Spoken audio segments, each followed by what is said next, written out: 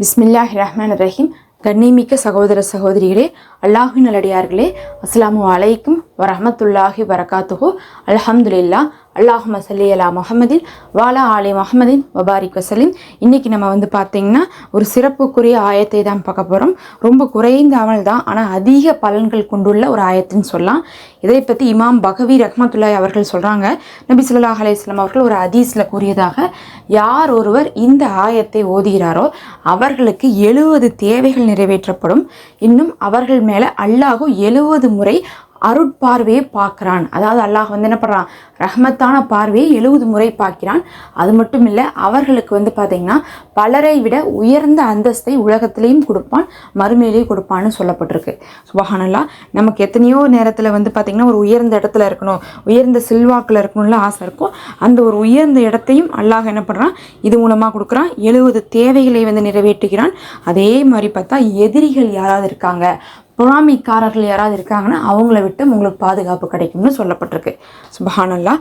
அந்த ஆயத்தை தான் நம்ம இன்னைக்கு பார்க்க போகிறோம். இது சூரா ஆல இம்ரானில் வரக்கூடிய 2 ஆயத்துகளாக இருக்குது.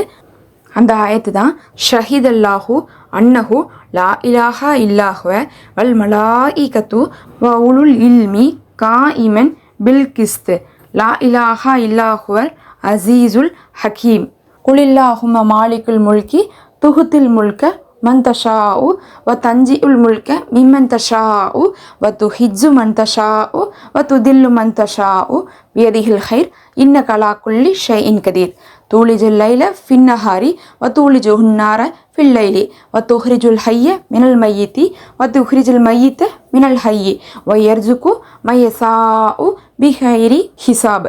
அதாவது இதனுடைய அர்த்தம் என்னென்னா, ஒரு 3 விஷயத்தை அல்லாஹ் இதில் சொல்லுவான். முதல்ல, வணக்கத்துக்குரியவன் அல்லாஹ் ஒருவனை தவிர வேறு யாரும் இல்லை என்று சாட்சி கூறுகிறேன். நீதத்தை கொண்டு அவன் நிலை பெற்றவனாக இருக்கும் நிலையில் இன்னும் மலக்குகளும் கல்வி நாணம் உடையவர்களும் சாட்சி கூறுகின்றன. அவனை தவிர வணக்கத்துக்குரியவனாயன் வேறு யாரும் இல்லை. அவன் யாவற்றையும் மிகைத்தவனும் நாணம் உள்ளவனும்.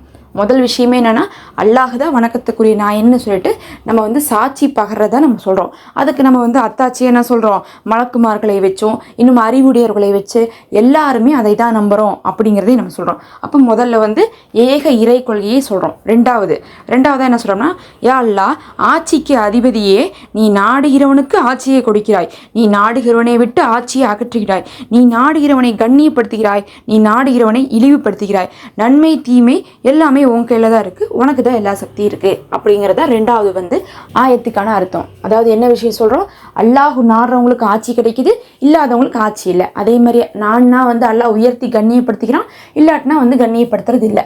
அப்படின்னா எல்லாமே உன் கையில் தான் இருக்குதுன்னு நம்ம சொல்கிறோம். அப்போ நம்ம என்ன சொல்ல வரோன்னா, நீ நான்னா எனக்கு வேணுங்கிற எல்லாத்தையும் கொடுப்ப, என்னை உயர்த்துவ, இல்லாட்டினா என்னை என்ன பண்ணுவ, உயர்த்த மாட்டேன் அப்படிங்கிறத நம்ம புரிஞ்சுக்கிறோம். அதுக்கப்புறம் கடைசியாக, இரவில் பகலையும் பகலில் இரவையும் நீதான் என்ன பண்ணுற, புகுத்துகிற. அதே மாதிரி உயிர் உள்ளதிலிருந்து உயிரற்றதையும் உயிரற்றதிலிருந்து உயிர் உள்ளதையும் நீதா கொண்டு வர, நீதா நாடியவர்களுக்கு வாழ்க்கை வசதிகளை கொடுக்கிறாய் அப்படின்னு நம்ம சொல்கிறோம். அப்படின்னு என்ன அர்த்தம்னா, நம்ம முன்னாடி என்ன சொன்னோம், ஆட்சி கொடுக்குற, கண்ணியம் கொடுக்குற அப்படிங்கிறத சொன்ன மாதிரி இங்கே என்ன சொல்கிறோன்னா, நீதா உயிரையும் கொடுக்குற, நீதா என்ன பண்ணுற, இரவு பகலையும் கொடுக்குற. அப்படியே தான் நீ என்ன பண்ணுற, விரும்புகிறவங்களுக்கு வாழ்க்கை வசதிகளையும் கொடுக்குற அப்படின்னு நம்ம சொல்கிறோம். நம்ம என்ன துவா செய்கிறோம், வாழ்க்கை வசதிகளையும் கொடுக்குற அப்படின்னு நம்ம சொல்கிறோம். நம்ம இப்போ எதுக்காக நம்ம அமல் செய்கிறோம், ஏதோ ஒரு வாழ்க்கை வசதிகளை தேடி தான் நம்ம கேட்குறோம். ஒன்றா அதுக்கு காசாக இருக்கலாம், இல்லை ஆரோக்கியமாக இருக்கலாம், திருமண வாழ்க்கையாக இருக்கலாம், இல்லை ஒரு தொழிலாக இருக்கலாம். எதுக்கோ ஒரு எதிர்பார்ப்போட தானே நம்ம அமல் செய்கிறோம். அந்த வாழ்க்கை வசதிகளையே அல்லாஹ் தான் கொடுக்குறான் அப்படிங்கிறதே சொல்லக்கூடியதான் இந்த கடைசி அர்த்தம். இந்த 3 ஆயத்தையும் நீங்கள் என்ன பண்ணிக்கோங்க, ஓதிக்கொள்ளுங்க. ஒரு முறை ஓதி விட்டு துவா செய்யுங்க. இது பார்த்தீங்கன்னா, நீங்கள் எதுக்காக இது அமல் செஞ்சாலும் அதுக்கு பொருந்தி போகும். நம்ம அந்த ஒரு விஷயத்தை அல்லாஹ்விடத்தில் முழு மனதார அப்படியே என்ன பண்ணுறோம், அதை சப்மிட் பண்ணுறதுக்கு இந்த ஒரு ஆயத்து காரணமாக இருக்கும். சொல்லிடுறோம், எல்லாம் உன் கையில் தான் இருக்குது, நீ நினைக்கிறது தான் நடக்கும், நீ நான்னா இது நடக்கும் அப்படிங்கிறதையும் சொல்லிவிட்டு நம்ம என்ன பண்ணுறோம், நம்மளுடைய தேவையை கேட்குறோம். அப்போ அந்த தேவையை பார்த்திங்கன்னா மறுக்காமல் உங்களுக்கு கபுலாகும். இதை நீங்கள் செய்து பாருங்கள், ரொம்ப பவர்ஃபுல்லானதாக இருக்கும். நம்ம அடுத்த ஒரு வீடியோவில் பார்க்கலாம். மறக்காமல் லைக் பண்ணிக்கோங்க, ஹைப் பண்ணிக்கோங்க.